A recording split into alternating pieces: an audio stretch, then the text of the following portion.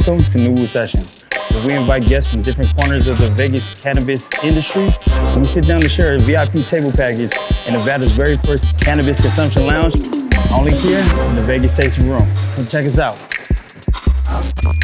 What up, NuWu fam? On today's episode, we have professional wrestler turned cannabis entrepreneur, Mr. Rob Van Dam. Watch as we discuss his career, his new brand RVD CBD, as well as his thoughts on using cannabis as medicine. Let's get it started. All right, guys, welcome back to the NuWu Sessions podcast, episode 9. We've got a very special guest, but before we dive into that, we do want to make the announcement that you can now expect new episodes of NuWu Sessions twice a month. 1st and 15th of every month on our YouTube channel, you can expect new content from here forward. Yes! Hey, man, we're so excited. But let's introduce our guest. Take it away, DJ. Welcome back to NuWu Sessions podcast. As you can see, we doubled up on hosts, and we had to because we have a very, very special guest. We got the WWE/WWF Hall of Famer, Mr. Monday Night, Mr. Rob Van Dam in the house. Yeah, man. Brother, I appreciate you coming on the podcast. Yeah, brother, thanks for being here. I know. No, glad to be here. Awesome, you know, to be cliche. Thanks for having me. All that shit. Of course, 1,000%. Before we jump into the episode, we do feature a lot of things here in the tasting room that we wanted to kind of show out a little bit. Miss Raven is going to come and bring us a couple cocktails infused with cannabis. Is it the Raven I know from the No, not ECW Raven. Different Raven. I got Thank God. 2 high chais here One for That's Tom, us. one for myself. Thank you, ma'am. and a caramel macchiato from Mr. Rob Van Dam. Thank you. I will take that. Awesome. I'll take that. Beautiful. Thank you, Thank Raven. you so much, Raven. We appreciate you. So this is brand new coffee that we are doing here in the taste room. This is a collab with Makers and Finders. Everything sir. is infused with cannabis, like DJ was just saying. So this is 5 milligrams with caffeine, you know, a little modern day speedball. It's, You know? a great little thing. Let's try it out. Cheers, boys. Always on point. Woo. Always That's on so point. good. What do we think? It is very good. Not bad, right? Yeah. I like the coffee taste that comes through. 1,000%. Nice. Fresh ground. All right, Powered by so Makers and Finders. let's dive into this episode a little bit. I want to learn a little bit more about Rob Van Dam. So, like I said myself, I've been a big WWF fan my whole life. Grew up in the Attitude Era, which you were a big part of. Obviously, we're going to jump into your ECW days. At that point, I know when you were with ECW, you had a big slogan, and it was, "I just smoked your ass." Was that part of your bridge into the cannabis game? Because I know that you did have a little bit of a stoner moniker. That's one thing that kind of attracted me to you growing up. But yeah, how did that all come into fruition? Well, it was part of that time period and everything that happened during that bridge, but I was known already for smoking with the fans in the parking lot before the shows, Hell yeah. especially when we were much smaller, and For sure. but I was there for the whole ride, you know what I mean? And while we were doubling every couple weeks, but it was still very intimate with the fans, especially when we were in Philly. You know, all those fans were the characters, and Yeah. I sound like I'm talking into a vagina. Is that just in my ears? It's probably just in your That just fixed it, whatever you're thinking. You just fixed it. Boom. There we go. Um, Yeah, no ceilings yeah. in this place. It's a little loud, but it's okay. We deal with it. Right. Yeah, dude, but, obviously it was a parody of Stone Cold's shirt. Right. Which was a good seller, so yeah. 1,000%. Yeah, that was around that time, like when I did the High Times magazine interview. Yeah. 97, 98, and all the other wrestlers thought I was crazy, except Sabu and Fonzie. They were with me. We always have each other's backs, even when he's wrong, which is always. But everyone was like, "Hey, man, you're putting yourself out there. Like they're gonna be checking you at the airport every time." And I was like, "Things gotta change, man." Yeah. You that's were the true. forefront of that, man. The pioneer in the game, man. That's big time. One of them. Right? 1,000%. So from that, where did you get the name Rob Van Dam? Because I know you went by Rob V for a little while. Where did Rob Van Dam come? So Robbie V was in '93 when I went to WCW. Right. December of '92, actually, and Bill Watts didn't want to use Rob Van Dam because he thought that I would get confused with the guy in the movies, is what he said. Right. And anyway, he said, come up with something different. The same guy that gave me the name Rob Van Dam, Ron Slinker, who also got me into WCW. Right. It was a tryout match, but I pretty much already had a job anyway with that dark match. And he's, it took not very long, a few minutes of, well, we'll think of something. And he was like, I got it, Robbie V. Obviously, the V stands for Van Dam. For sure. 91, like when we opened up the Sportatorium in Tampa, well, that's a story too. But anyway, I was like either just turned 21 or was about to. I think it was right around that time, and I was taught by the original Sheik and Sabu. Wow. Yeah, and they were like, first couple of years, just it doesn't matter what they call you, doesn't matter what you do, just get as much ring time as you can, get experience. So I was the International Patriot, I was a Flying Tiger, I was Robbie Z, all kinds of stuff, and it didn't matter to me. And then when he said, you're Rob Van Dam, that didn't really matter either. I don't remember ever hearing that I looked like the guy until after he pointed out that he thought so. Of course. And then, of course, everybody, like jumped on there. Yeah. Yeah, 1,000%. Especially during that time, because there wasn't a lot of martial artists actually in WWE. Everybody was more of like the street brawler or the trash talker. Especially back then, there was guys like Steve Blackman with Aikido and a couple others. How did you find it? Was it at all any difficult because you did have a different style coming in during that time, in that era? Well, so you're jumping ahead like several years from when I just broke in, 21 years old to WWE, which was 2001. So now I'm 30, and I turned 31 at the end of the year. So a lot of stuff along the way, but you get to know everybody, build relationships, and that happens. But when I grew up watching it and when I broke in, it was like Ricky the Dragon Steamboat he was the martial artist, So of course I was a big fan because he would do these vignettes where he's beating up all these ninjas. Like, whoa, he's so cool. That's awesome. But my style's always been different, and I didn't notice how much it was perceived as that until everybody else pointed it out to me. For sure. I mean, really, our self-image, a lot of it comes from feedback from everyone else. True. And it was like 95, 96. I joined ECW in 96, and that was my hardcore run until 2001. So during those years, had the most fun of my career. But it was developing in front of the most opinionated crowd that's just waiting for you to slip on the ropes or something. It's like, say, you fucked up. You fucked up. It was a lot of pressure. I hated hearing that. For sure. Especially if you're an athlete, you have that. Like you want to be top dog, of course. It's a great way to keep you on point, though. Right, exactly. It helped develop me. Keep talking shit. Let's go, right? Yeah, it works. It works. Especially for me, man. Growing up, the only high flyer we had in my people was just Jimmy Superfly Snuka.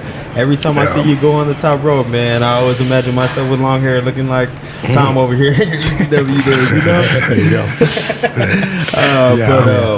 go. Everyone started pointing out how different I was, and I think when I came into WWE, well, it was just changing. They had that shirt, "Get the F Out." Yeah. Great T-shirt. That music, One of a Kind, I think really made it sink in my head. For sure. Like, wow, everyone really looks at me like I'm unique. Like, I don't think I really realized that, even though since the beginning I was always trying to do moves I hadn't seen done before, even before my first match. For sure. But that's I think from my unique perspective on everything. I think I approach everything differently than absolutely. Yeah, that's how you carve your path, though, right? You know, if you do something everyone else is doing, how are you original and how are you moving the game forward, right? Yeah, exactly. And it's just natural for me. It's an effort, a strong effort to not do that. Right. And that, kills my buzz, dude. Yeah, I know, right? I know. So during all that time, you did kind of touch on it a little bit, but was it that much more difficult because you were bouncing from promotion to promotion, even though you were a Cannabis advocate? No, that's what all wrestlers used to do traditionally. I see. You know, it used to be 5 years you're considered green, and that's working like every single week, several days. Right. For 5 years, you're still green. 10 years, then you're finally a veteran. Gotcha. That changed kind of in the last few years, where some of the guys that have been wrestling 3 years or something are like on top, and Right. a lot of that has to do with being second generation wrestler. There's so many families, Yeah, that makes sense. but also the standards seem to be changing with that as well, Yeah. for whatever reason. But the business always changes. But yeah, there was always you work your way up the independents, you know, and Right. get yourself on TV, get in a few magazines. That used to be a lot more popular For sure. before the internet. For sure. That was where Yeah. that's where you caught up with every organization in the world, looking at the magazines. And I had a lot of magazines with you on the cover on it growing up, man. Yeah. Seriously. Well, actually, before we do step into your next career, well, what else you've done in your career, we do want to feature a little bit more that we do have here in the Vegas tasting room. Yes, sir. We have a beautiful VIP package that Miss Raven's going to bring over. We have everything from your Jerome Baker bongs to your Puffco Peaks. We're bringing a couple pre-rolls, a couple grams. Like we said before, we want to feature the student glass if you are interested. Yeah, before the show we were talking, Mr. RVD's got one of these student glasses at home. So Yeah, yes, sir. he's a professional. All right, my brother. So we have, like I said, anything from your pre-rolls to your grams. We usually do like diving into flower first. Anything in particular that you wanted to start with? It's like a cannabis buffet. You know? well, I don't really feel like rolling. I'd like to grab a pre-roll. Pre-roll. And we have a, let's see, I have a Pure Haze. We have a Pure Haze, a G13, or a duct tape. Your Pure Haze is going to be more your sativa dominant, Yes, more sir. euphoric. Your G13 is more of a body high, more indica dominant. Duct tape will be more of your hybrid level. I think I'm gonna go with the purple haze. Hey, Let's do it. for sure. You gonna grab a Pure? Which one you want, my brother? You know, I'm gonna do this duct tape. You know- Set me up with the indica. Yeah, man, no pressure. You got this. Right. So Sometimes I need help ripping this plastic off. That happened last time I was here. Yeah, they don't make it easy. But it's childproof. it's- You know, I it's for the got- kiddies. I got you. Lighter's gonna be there on the tray for you. There we go. There's that joint. So since we are jumping into flower, do we have a specific strain that we do With like? his gloves. I know, right? I don't think specifically, and again, being a weirdo. Which one of you guys called me a weirdo? No, but being unique, I really don't have a lot. You know what it is? You guys know what stoicism is? Stoicism. No. Educate me, please. You should look it up, because I recently realized that that's a whole thing, and I've always considered myself stoic, but I just thought that, man, I don't show like a lot of expression. You know, sure. I'm not very dramatic. But it's actually a whole way of life and a philosophy that is all about me, and I had no idea. But everything that's on there, you know. But Cool. but when it comes to favorites, you know, it's like I don't know if I have a favorite color, you know. Right, and it's for like, sure. what's your favorite movie? I'm like, God, can you ask me questions that don't make me think? Because I really, you know, I mean, I have a favorite person, my wife Katie Forbes. That's Of because she's course. awesome. Of course. Yeah, but you know, there's the original I'm trying to Tangerine. Ooh, Tangy, yeah, that's a the good one. original, The the Tangy, original yep. Tangy. Yes, sir. Like I was at Be Real Studio when the pens were new. Like they had those cloud Yeah, pens. the cloud pens. We were like, Yep. whoa! And we had some Tangy concentrate in there. We were smoking it. Man, it smelled like somebody squirted air freshener 100%. around, 4,000. and it tasted like someone crushed vitamin C up in it. Yeah, very high limonene content. That's my favorite, you know, experience. And then it disappeared for a while, and now we have derivatives. But they told me that it has this mythological background to it, to where it used to be around, and it disappeared for like 12 years. Then somebody found some seeds in their closet in college, and it There you came go. back around or whatever. That's so I awesome. was like, whoa, that's so cool. Those legacy strains. Yeah, there's all Yeah. types of So growers that got that's my those. all-time fave. Yeah, that's a good one. I personally, I love that same kind of family. You know, the citrusy notes. I'm a big fan of orange cookies, which is in that same that TNG family for sure. Limonene content, just like DJ said, man. That's something I'm a fan of. Not nice, happy, euphoric high. About it. For sure. And actually, that is pretty funny that you do bring that up. Limonene is great for euphoria and creativity, but everybody that we come across through this podcast are all about that. It's all about the sativa dog, all about that creativity. Yes. Helps you elevate to the next level. 100%. So, just so we could jump back into the pod. So, you've had a many array of feuds over the years with WWE and WCW stars as well. From Jeff Hardy to Sabu, John Cena, just to name a couple.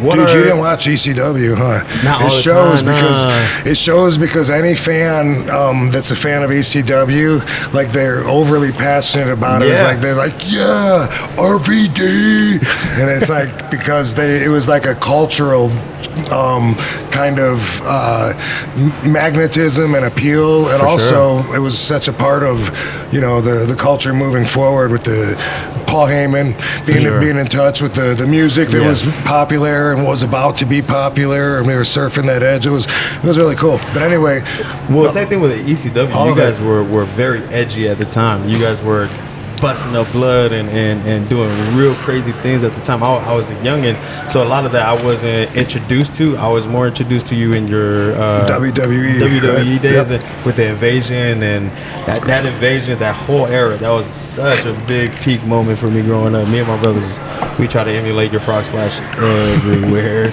If I could, I would lay Tom here and we'd bust it. Or I would lay here and I'd take the frog. Bucket list shit. Well, you're smoking with RVD. That's a lot of bucket lists. 1,000%. Honored. So from all of those, which one was your favorite match? Or do you have a favorite match? I know you don't particular have favorites, but is there anyone that sticks out to you the most? Yes, I used to not be able to answer this question, but after I wrestled John Cena for the World Championship, of course, the match itself, was great, like most of my matches. But no, it was really, really great. The crowd, just like ECW, was a big part of the match. Yes. But the real reason, all of that, but it was the build-up to that match was my entire career. Right. Everything that I stood for, 100%. Me doing everything different, and the fans that were behind that versus the ideology of what WWE was pushing with John Cena as the front man. Right, for sure. You were recently inducted into the Hall of Fame as well. Congratulations, Thank brother. you. That's a huge accomplishment. What were your thoughts of your induction? It was an honor. It's a shame that it was in front of 0 people, just the camera guys. And it did throw me off too. They told us to go between 3 and 5 minutes, which of course was a bummer because I've always seen these, put me to sleep speeches over the years traditionally. It's cool that they fixed that, but 3 minutes, for your whole career. That's hard to sum up, right? Yeah, I thought that I went over a little bit, but I actually went 26 minutes. Hey! Had no idea because I was just I didn't have anything written. I was just going off the cuff and saying what came to me, and everybody, no one had a problem with it because they said it was good. For sure. But it probably might have cut off some time for some other people. Not that they cut off more than 3 to 5, but I remember Molly Holly was really disappointed because she worked on this really long speech, not because of me, but because of the time frame that they gave all of us. 3 to 5. But it was awesome though, of course. And I went this year. The other day I was there. And when I heard that I got the second biggest pop of the night behind Undertaker, so that was pretty cool. But a lot of love from that many people reminded me like it's been that long. It's been a WWE crowd since I've been in front of that many people. Just levels and levels of stands filled with fans and feeling that energy. It was a really good night. The Hall of Fame, everything. So of course it's cool to be part of that and go down in history as a Hall of Famer.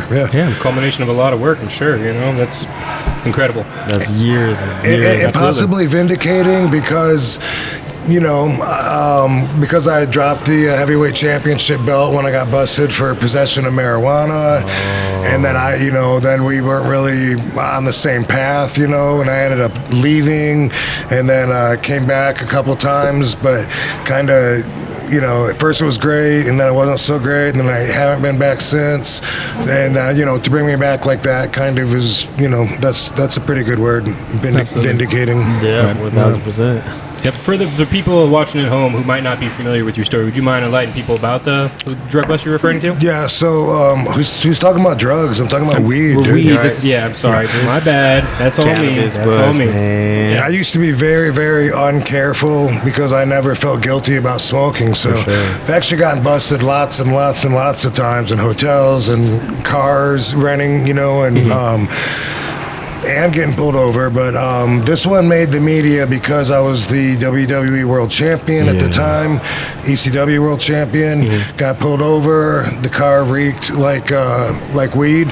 Had 18 grams of cannabis in the glove compartment, and so this cop, busted us, had us follow him down to the police station, and then we had to pay him. He extorted us for our money, and that was, I thought that was it. But by the time I got to the arena the next morning, it was all over every form of media. Everybody knew about it. Vince walked by us, and me and Sabu, who was with me. Vince walked by us and he was like pissed. He didn't know what to say yet. Right. So next time we saw him, he was really cool. He just said, you're going to be suspended for 30 days. You're going to lose the championship belts, just get some rest. He couldn't have really been cooler. And I did need the rest. Right. I asked Paul Heyman, will you ask Vince if I can have more time off? And he was like, that's not a good idea. Right. I was like, all right. Man, that's a good Paul Heyman impression. Yeah. That's wild, though, man. I mean, it's and what year was that? I think this is 2006 or 2007. Okay. Yeah. And the reason that I know it was 18 grams is because it was Philadelphia, and Philadelphia, the same ECW crowd, like that was like, I'm coming back home, you know what I mean? Yeah. And then I had to, like, one night I dropped the belt, the WWE belt, the next night I lose the ECW belt. It was so disappointing. Yeah. But one thing I remember, when I was in the ring, the whole crowd was going 18 grams, and it wasn't no half of them. It was marijuana, 18 grams. Yeah. That's awesome. That's how I found out. Like, oh, that must be what's reported. That sounds about right. Yeah, exactly. Hell yeah. But jokes on them, I had more weed later that night. Facts. I mean, you're Rob Van Dam, of course. Yeah, man. right. Come on, man. What do you think? You gonna keep me away from this weed? Right. I actually like this because we were talking before the show. My research consisted of watching all of RVD's stand-up. If you haven't checked it out, but he had a really good line about don't be speeding and weeding. I love it. You know what I mean? That's wise words. Smart. Yeah.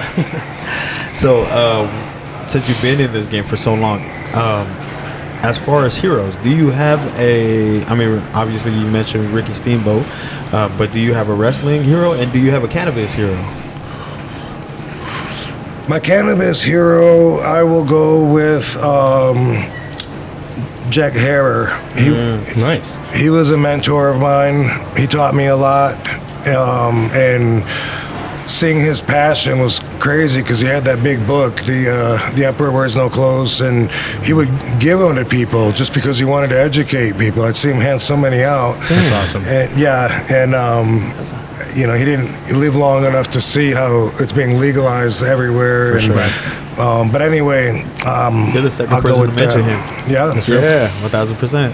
Everybody fucks his last name up. They don't know how to say Harrer. And he told me personally, I think of terror. Yeah. Got it. Yeah, and I hear everyone saying, Herrera. Yeah, or Harar. Jack Harrer. But I had a lot of wrestling heroes, but a lot of them inspired me. Ultimate Warrior was one of those. Of course. Yeah. Earlier, before that, some of the guys that were more more peripheral that people weren't watching. I just was amazed by their athleticism and their way of thinking outside the box. And that was Leaping Lanny Poffo and this dude named Brady Boone, and also Owen Hart when he was the Blue Blazer. First time I'd seen somebody drop to their legs on the rope and backflip off of their thighs, and it was just like, whoa, that is so much cooler to me than the big 300-pound guys running at each other and giving belly splashes in the corner. Yeah, I know, right? That's what drew me in, and then yeah, Cool. It's either that or the chop. Yeah, right. The chop, those suck. I hate chops. Not a fan. Yeah, for sure, especially if it's the big show. That's like your whole upper body. But you can give me a chop, but I'm gonna forearm you in the face afterwards. So just know that. Hell yeah, Hell yeah. Let's see. Honestly, Tom did mention your stand-up, and I definitely do want to dive in there. But I do know that you are halfway done of your pre-roll. Are we interested in diving into any of the bigger stuff yet?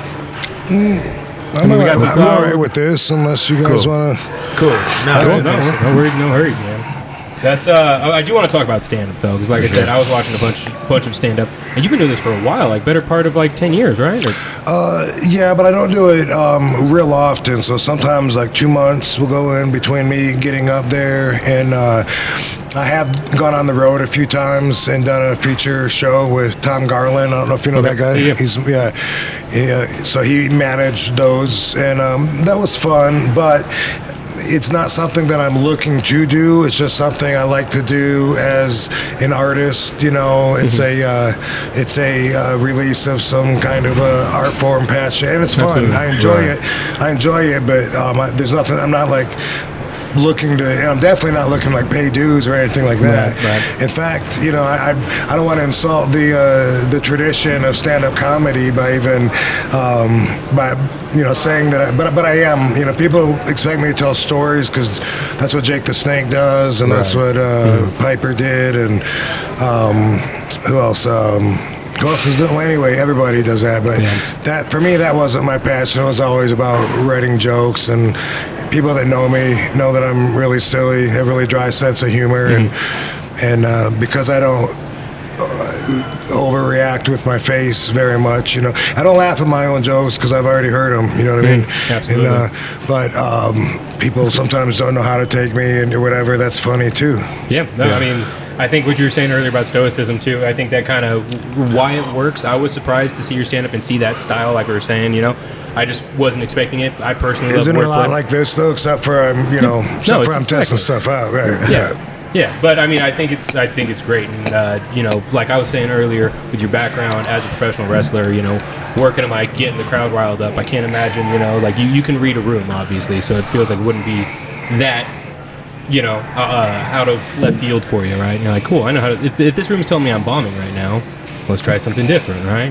I think there's a lot of similarities and there's a lot of differences too. Right. So yeah, you're totally right. For sure, it's showbiz. Yeah, right. Exactly. Did you attempt any of your stand-up during the time you're in the ring? I mean, you get a lot of ring time with the mic. Did you at all just try during that time period? You mean like to put the two worlds together and try to? Not really. No, I feel more like the RVD wrestler is a bit of a character. I see. And then when I'm on stage, I could just like totally be myself. Right. You know what I mean?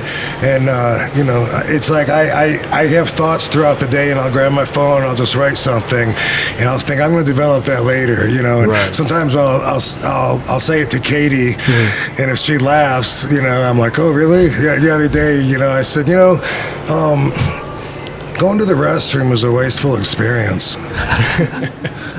That's right. You guys laugh too, but there you go. Right. I think it's good. See, that's my speed. That's what I love. You can't say a joke in less than 5 seconds, man. You lost my attention. I got the attention span of a 5-year-old. I'm sorry. But if real comedians say, tell me a joke, and then I say, all right, so you suck, you can't do it, you got to be able to turn it on, like, fuck you, I'm just being me. Yeah. And while you're talking to me, it is just like this when I'm on stage. I'm this nervous. Right. I'm sure it's pretty freeing though, if you know, breaking out of that character, something you've been doing for a really long time, defining your career. So getting to just go up on stage and be yourself, I'm sure is probably pretty liberating, huh? I guess it's, you know, it's able to share a thought process that people don't expect, but whether they expect it or not, either way, it's able to share thoughts that that are processed in a different way, for sure. But you know, I do a little bit of everything. You know, I do acting still. You know, I just did a movie like 2 weeks ago in Baltimore that Jake the Snake and Sergeant Slaughter were part of, so it was really cool hanging out with them for the week. Awesome, yeah. But it's actually like a comedy that wrestling has very little to do with it. Right. This dude's in a realtor office. One of them becomes a wrestler. It's called The Realtor. You know, but had a lot of fun, and I got like 3 scripts right now that are, you know, on the table, and that's something that I do sometimes, and it's all just, you know, like doing what I do. I go with the flow. Yeah, dude. Hell yeah, that's awesome. Still wrestling, you know. Wrestled in Ireland 3 weeks ago, March 12th. Dang, that's crazy. Friday, Still doing the thing. Saturday I'm wrestling in Chillicothe, Ohio, and Sunday I'm wrestling in Toronto. Okay. Yeah, still getting around, still traveling. Dude, I'm the whole effing show. All I do and all I've done since as long as I can remember as an adult is just sift through options that come my way. For sure. And most of them aren't going to work out, you know, but as I increase my standards, that becomes more and more of the factor. But it comes in from every direction now with social media or email or agents or friends or whatever. And I'm always busier than I want to be, and I can't remember the last time I've been bored. Right. There you go. Man, that's inspiring, dude, because you're already a Hall of Famer and you're still doing it. There's a lot of people with it, like, that'll be it. That'll be the creme de la creme, cherry on top. But man, you're still doing the damn thing. I hope to do the same. That's amazing. Hell yeah. So, do you have any plans of retiring, if that is the case, or you're doing this thing till the wheels fall off? You know, I thought that I might retire a few years ago, but the universe never said it was time to do it, and now it's not even foreseeable. So even if I end up not taking wrestling bookings, I probably still won't do any kind of official retirement. That's the way I think right now. I see. Perspective always changes. It has to as you go through life because you're looking at it from a different angle. But like Dory Funk Jr. never like retired. You know, he's in his 70s and he actually still wrestles. I don't see me doing that. But you know, I don't think that I need an official date. You know, where I'm officially ending my career, because too many guys do that and it's bullshit because they come back. True. I don't want to be ingenuine because I stand for being genuine. You know. That's cool, man. That's awesome. That's awesome. It's a good way to be. Let me see. Works for me. You know what I mean? So, let me see. Let's talk about your CBD brand, RVD CBD. How did that come about? Well, so obviously I've been an advocate for a long time, and I started having the idea that, you know, it'd be cool now maybe to put my name on a brand. Over the years, I figured it'd be hard to control because it was so illegal. Now you could actually put the labels and all that. I thought, I'm going to start looking into that. And I was reading an article in Time magazine that was talking about the NFL was considering using CBG and CBD for the players as a preventative measure, and it said something about that they thought CBG could actually regenerate dead brain tissue. Well, I actually have studied a lot about brain damage. One of those comedy tours that I did with Tom Garland, I got a concussion a few days before, and we were filming the tour, and the whole time I had double vision. And so kind of like off the stage, I would say some stuff to the camera, and I was like, I'm probably not going to use that because I don't want to be seen as vulnerable. But in the long run, it became such a big part of my life that it became this documentary that followed the tour to California and the MRIs and vision therapy, and I learned a lot about CTE and so in long-term concussion damage, and the most important thing is those are separate. And a lot of wrestlers think that we all have CTE. That's not true. It's a degenerative disease where your brain is rotting away, and thank God we don't all have it, you know. And that's kind of like a misconception that's out there. But I learned so much about it. So when I learned that CBD, and I always thought that THC probably protected the brain, because I knew that the concussion damage was like a protein that sits on your brain, much like Alzheimer's. And I was reading about the progression that the studies of THC with Alzheimer's, you know, was making. I even went to Dr. Chris Nowinski, who's a big part of Headstrong. He's a wrestler that had to get out because of concussions, and then he turned it into a positive and works at the brain bank in Boston and studies brains now. He made the correlation between the football players and wrestlers. I see. Yeah, and then we both have that. Yeah. So anyway, I was asking him years ago, like, is it possible that since I smoke so much weed, that's why I don't have any long-term effects? Because I've had hundreds of concussions where I'm knocked silly or whatever, but it lasts a few seconds. All my peers would say that they know they have damage. Like, some of them see floaters, some of them hear ringing in their ears, and I didn't have any of that. So, you know, he said, you're probably onto something. But then years later, now I'm learning about the studies, because it was illegal to study it. You know, so it was illegal to study it. I don't know how far you want me to go into this, but please deep dive, please. Okay, all right, cool. Because interesting fact, you guys will think so too. It's been illegal to study marijuana since 1947, because you already know this. So anyway, all right. So when it's been illegal since before that, like 10 years before that. But when Harry Anslinger was trying to prohibit it everywhere in the country, Mayor LaGuardia in New York said, if I'm going to prohibit this, let me do my own studies and compare them to these claims you're making, which he did. And he found the opposite, just like Nixon did later on in 1970, and said, you know, it's not that bad. It's not toxic. There's no any indication of kids being addicted and using it at an increasing rate, and it shouldn't be illegal. So Harry Anslinger not only buried his report, but made it illegal to study the plant. Until recently. That's why all we knew about it was that it gets you high. And now we're able to separate, you know, over 100 different cannabinoids and combine them in different ways. And so that's why I got into it. Because a lot of my friends have died. A lot of my peers, you probably do know that. I mean, it's a lot of that's all documented. But they die young, and it's either from prescription overdoses accidentally or from suicide. Like, that's almost very, very common that it's one or the other. And I got tired of losing a lot of people that were close to me, and I thought, you know, this is a good time to see if I can do something about it. So ultimately, that's my goal, is to figure out what that formula is, whether it's a pill or whatever. But in the meantime, all the CBD products that I have are underneath that umbrella that I hope to keep moving forward. That's awesome, man. That's beautiful. Talk about pioneer, man. No, absolutely. You can cry if you want to. I might one little.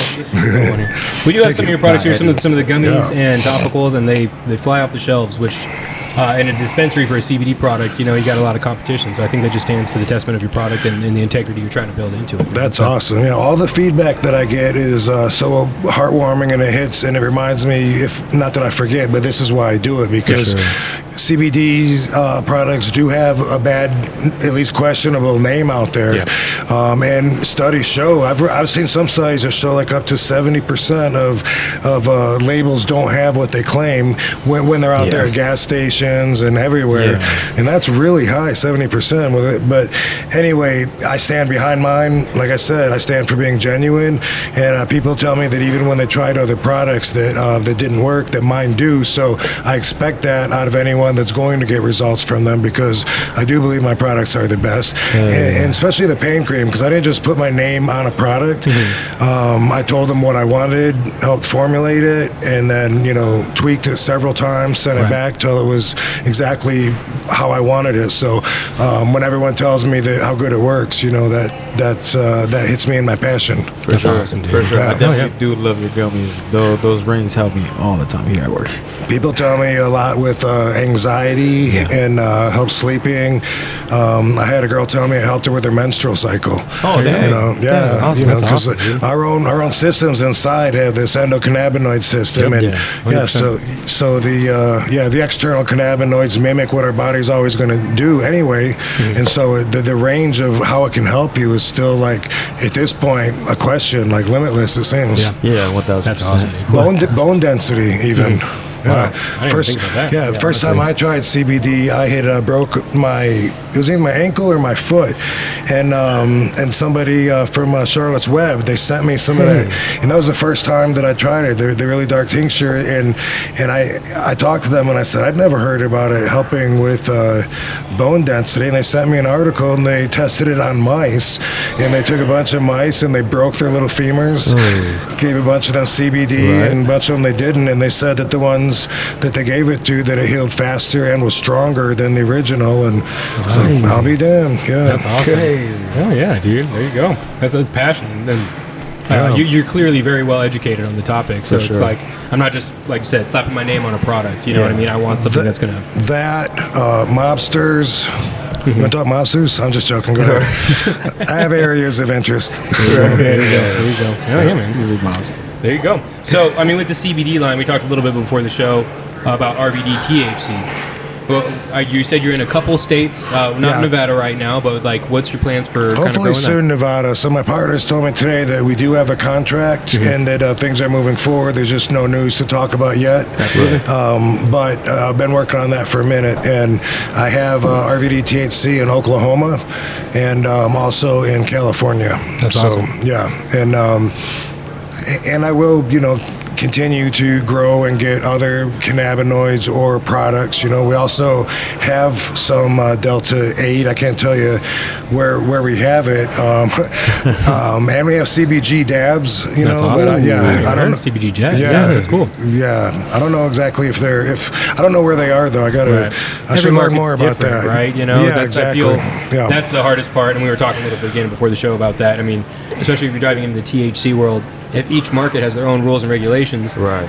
and you're the head of the brand, there's just a lot to stay educated on and stay informed. So I feel it, but I'm sure. I mean, you said you're in Oklahoma and California. Yeah. Those are two very different markets. What's that been like for you? It's been slow, especially in California, but that's been more, I think, problems with our manufacturer and internal problems they have. But overall, the industry seems like it's been like 2 steps forward, 2 steps back. Kind of, I've had a lot of meetings with people that are really excited, and then the follow-up is such a struggle that after a while you're like, there's got to be other people that are excited about doing this. 100%. 100%. I hear what you're saying there. I've been in the scene 5 years myself, and I've seen a ton of that. But it's, you're fighting that fight. You're still here doing it, so that's cool, man. It's beautiful. What's cool also is that not that I ever stopped advocating, but I hadn't put a lot of energy into it in a lot of years. Whereas I used to go to colleges and talk where they were trying to pass Prop 19 in California and things like that. And once I started my company and started going to the functions and stuff, it felt like all that time, was like appreciated by this whole crowd. That it was almost like returning to wrestling and having wrestling fans. Everyone coming out to me, man, I really appreciate all the things you've done for the industry and advocating, and that was really awesome. Hell yeah, dude. Awesome. Validating, and I'm glad to put my energy into that. 100%. Yeah. 100%. That's awesome, man. Where you want to go with this, Sam? Well, I do have, as you know, the House passed the legislation on decriminalizing marijuana. Any thoughts? Well, it's movement. For sure. I mean, as soon as I read that it wasn't expected to go through Senate, it was really disappointing. For sure.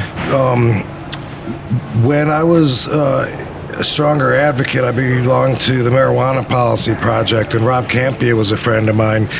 He told me back then, when we get 2/3 of the states that have legalized marijuana, that it mandates a federal change. He said that was precedented by sodomy. something I always remembered. For sure. But we're there now. For sure. We have 37 or 38 states with medical marijuana, and I think New Mexico just legalized yesterday. I think. I think Oh yeah. Yeah. So I don't understand why that's not happening unless that changed, if that ever was a deal. Yeah, but whenever I'm talking to the ears that want to hear it, you know, I have to tell them that it's a Schedule 1 according to the federal government, the strongest, the worst for you and for society drug, along with heroin and acid. A Schedule 2 meaning better for you and society and healthier. That's where you find cocaine and meth. Right. But nobody believes that cocaine and meth is better for you than marijuana.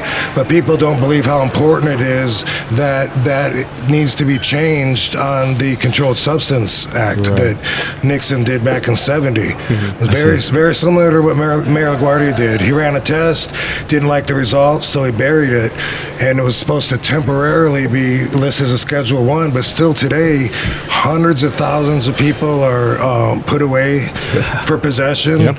And they take your house, they shoot your dog, everything, and 100%. people don't care. That's why it's funny they choose, you know. I mean, I don't want to get political, but you know what I mean. They choose some crazy reasons to stand up against the government when for me stuff like that has needed attention since 100%. always. It never made sense to be a Schedule 1 drug, and I mean when people getting arrested, I mean that resonates with me. I'm from Kansas. I used to get arrested all the times for a gram. You know, like tiny little thing, just wrong place at the wrong time. I'm like, wow, this is like really kind of fucking my life up in a really stupid way, because it's nothing that I ever felt was like holding me back. But I mean, look, we're here smoking weed with RVD, you know, like that's the wild part, man. But that's what it can be, and I feel like that just, you know, testament to what you're saying there. Like, why is it like this? Why isn't anyone moving the needle? It's not like this everywhere. I forget, you know. Just last night, no, the night before last, I was at the hotel where all the wrestlers are staying. Outside talking to Rikishi for a while, and Katie and I walked across the street to be respectful to everyone in the front of the hotel. Right, we sat on this wall. And we lit up a doobie, and we just got it lit, and out of nowhere, like a ninja, like boom, there's this dude talking, and by the time I realize he's talking to me, I see that he's pissed, and two, he's got a cop uniform on. And all of a sudden I'm like, whoa, you know, trying to figure out. I mean, he says something to the effect of, I don't know if you realize it or not, but smoking marijuana is fucking illegal. I've been sitting here in this car the whole time, too, sitting here. I'd appreciate it if you get the fuck out of here and have a good night. He was pissed, and I totally, you know, was offended, but at the same time I was like, I guess I'm dirty. At least he knows it's in my hand. I'm walking somewhere else to smoke it. I didn't want to argue that. But I forgot, like, wow, some places are still, you know, way backwards. Yeah, it's crazy. It is wild. I have a lot of family in Utah. I'm not gonna see you guys in a little while. I'll see you guys once you got in this little I lit up on stage at the Wale Mania at House of Blues before that. And it went through my mind, like, is a cop gonna run up here? You know, that did go through my mind, but had this incident happened first, there's no fucking way I would have done that. But it put a great idea for a reality show in my head, like those YouTube First Amendment auditing videos. I don't know if you watch those. I want to do it with what if I would have lit up a CBD joint, which is legal there, like they did, and let him go through the whole illegal arrest. You know, tell him a couple times I'm not smoking marijuana, so that we have that recorded with evidence of the joint marked and everything, so they don't switch it. And not only point out areas that are sticking points and pushing it forward with ignorance, but also maybe getting rid of some cops that don't care about the rules if it's a legal arrest. If you know what I mean? Like, what kind of evidence do you have that I'm smoking marijuana? I don't have any on me. That's a beautiful point, because it's that, like, that accountability, you know what I mean? Like, well, cool, if these are the rules, like, where's the rules line? are rules, exactly. But that's also a thing too, like, nobody should be running up to Rob Van Dam. Like, that's a terrible move. He obviously didn't even, like, he must have opened up the door really quiet and, like, not shut it, because it was right in front of us. And you guys, and he was just like, I'm angry.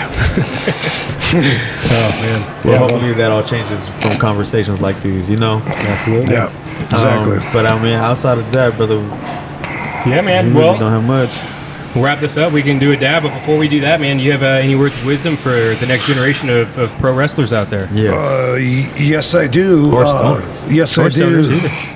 Check out my YouTube page at The Real RVD. Hell I do yeah. these segments I call RVDology, where I share this wisdom with my Zen vibe, and my total intentions are just if people want to hear it and can possibly grow from it, then great, because I think that a lot of people lack certain things. I think there's a lack of empathy, and it scares me because out of all those people, I think a lot of them could be psychopaths because, I mean, a lot of them, and that's weird for me for that to be the norm. And again, I will not conform. I'm a nonconformist, but at the same time, maybe some of these people can be helped with some parenting from somebody they look up to. But RVDology, and besides sharing principles, whether it's honesty or loyalty or whatever, I tell stories that fucking nobody has heard. Nobody's ever heard any of these stories. Hell yeah. Awesome. Yeah, and the ones that aren't really fit for the public consumption, I'm gathering all those up for a book project. Dude, That's awesome. As soon as that drops. 100%. That's exciting, man. So, where can they find you online? We said the Real RVD on YouTube. Everywhere. Is that's everywhere? Same on Twitter, Instagram, Facebook. Beautiful, man. Give my man a follow. Yes, sir. I think it's about time to get him dabbed out, right? Yes, Wrap sir. this up? We'll get you up at the bar. We'll get you all dabbed out, brother. Hell yeah. Thank you so much again, brother, for coming on. Like I said, this has been a dream. I hope you're not disappointed in my lack of consumption. I just talk a lot. No, that's Okay. actually perfect. That's I'm actually worried. perfect. Content, man. That's why we're here. So we appreciate your time and coming and hang out with us. Yeah. Cool. Appreciate it. Absolutely. Yeah. NuWu Sessions. Let's go. Damn. Hell yeah. Thanks. Seriously. Cool. A couple of Sharpies around here. Yeah, let me get the measure real quick. Yeah, man. Is that the only one way on there? Yeah. That's right. Oh, I do have a question. Yeah. Is there a specific reason why your cream is blue?